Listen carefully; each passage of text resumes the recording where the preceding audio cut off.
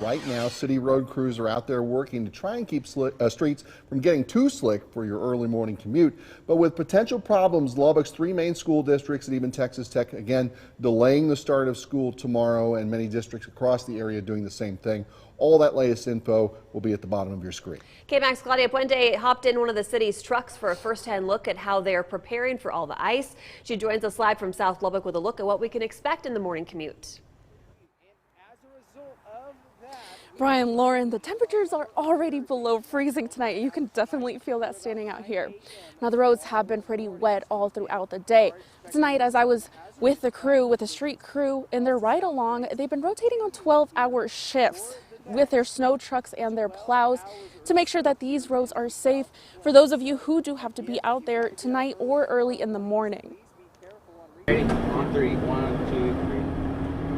Right now, I'm driving the roads that I was given. Just make sure that they're safe and free of any snow or ice or anything that could be hazard to the citizens and stuff like that. They could really be a safety concern. Snow plows and ice trucks have been navigating the streets all day. Once we're starting to get cold, I'll know about what time that I'm really going to have to pay attention and start shooting that salt out. Raul Garcia, a crew leader for the city's street department, will be patrolling the roadways until midnight. I constantly keep watch on it, and once it starts to ice up, that I'm able to shoot it with some sand, and just continue to have it melting. And that's until the next shift takes over, as these roads will be iced over starting early this morning.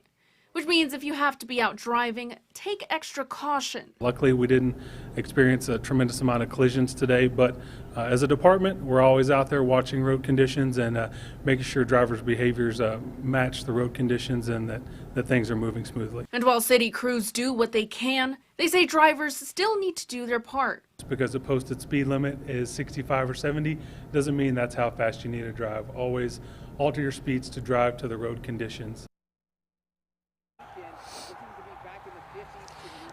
The city has also activated their Emergencies Operations Center, where city officials get together and coordinate any emergency efforts if need be during the snowstorm.